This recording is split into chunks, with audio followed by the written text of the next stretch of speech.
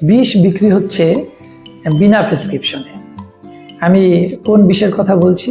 আমি রাসায়নিক কীটনাশক যেগুলো কৃষির জমিতে ব্যবহার হয়, আমি সেই বিষের কথা বলছি। তার জন্য কিন্তু কোনো প্রেসক্রিপশনের প্রয়োজন হয় না। অথচ আমরা কি করি? আমরা সাধারণভাবে কৃষকদেরকে বলি যে তারা তাদের ফসলে অনেক বেশি কীটনাশক প্রয়োগ করছে এবং তারা সেগুলো বাজারজাত করছে এবং সেগুলো আমরা খেয়ে অসুস্থ হচ্ছি। কিন্তু সত্যিই কি শুধুমাত্র এই কৃষকরাই দায়ী? ভেবে দেখুন তো একবার। এটা আসলে একটা নীতির ব্যাপার। কারণ দেখুন, নীতি এবং আমার মনে হয় আরও বেশি যেটা প্রয়োজন এখানে গুরুত্বপূর্ণ, সেটা হচ্ছে যে চাষির আর্থিক অবস্থা। একজন চাষি হয় সে তার যে সঞ্চিত অর্থ সেটা সম্পূর্ণভাবে তার ফসলে লাগিয়ে দিয়েছে, অথবা সে ঋণ নিয়েছে এবং এখান থেকে তার উৎপাদিত ফসল থেকে সে লাভ করে তার ঋণ সে পরিশোধ করবে। সেই অবস্থায় যদি জমিতে দেখা যায় পোকা লেগেছে বা রোগ লেগেছে, তখন চাষি কি করবে? সে নিশ্চয়ই বসে থাকবে না।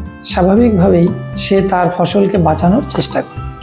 এই চেষ্টা করতে গিয়ে সে দোকানে যাবে এবং দোকানে যা যা সে পাবে তার মনে হবে যেন এটা আরও বেশি করে দিলে, এই কীটনাশকের পরিমাণ যদি আমি আরও বেশি করে দিই তাহলে এই রোগ বা পোকা তাড়াতাড়ি মারা যাবে। যার ফলে সে কিন্তু দিতে বাধ্য হচ্ছে। এখানেই আমার মনে হয় একটি নীতির প্রয়োজন, যে নীতির দ্বারা কৃষক বাঁচবে এবং আমাদের সন্তানেরা এবং আমরা নিজেরা এবং আমাদের পরবর্তী প্রজন্ম একটি সুন্দর পরিবেশ পেতে পারে, যেটা কিনা বিষ মুক্ত। কারণ দেখুন, এই কৃষি বিষ কিন্তু সব থেকে বেশি ক্ষতি করে আমাদেরকে। তার কারণ আপনি চাইলে গাড়ির ধুয়োকে অ্যাভয়েড করে আপনি ঘরে বসে থাকতে পারেন। আপনি চাইলে আপনার বাড়ি এমন একটি জায়গায় করতে পারেন যেখানে পলিউশন তুলনামূলক কম, কিন্তু আপনি চাইলেও না খেয়ে বাঁচতে পারবেন না, অর্থাৎ আপনাকে খেতে হবে।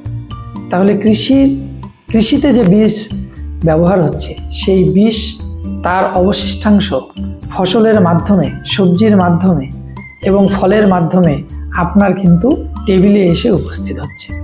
তাই এটা আমার মনে হয়েছে যে এর জন্য একটি সঠিক নীতির প্রয়োজন, যে কি করে আমরা ফসল আমাদের চাষ করতেই হবে, সেখানে দাঁড়িয়ে কীটনাশকও আমাদের ব্যবহার করতে হবে।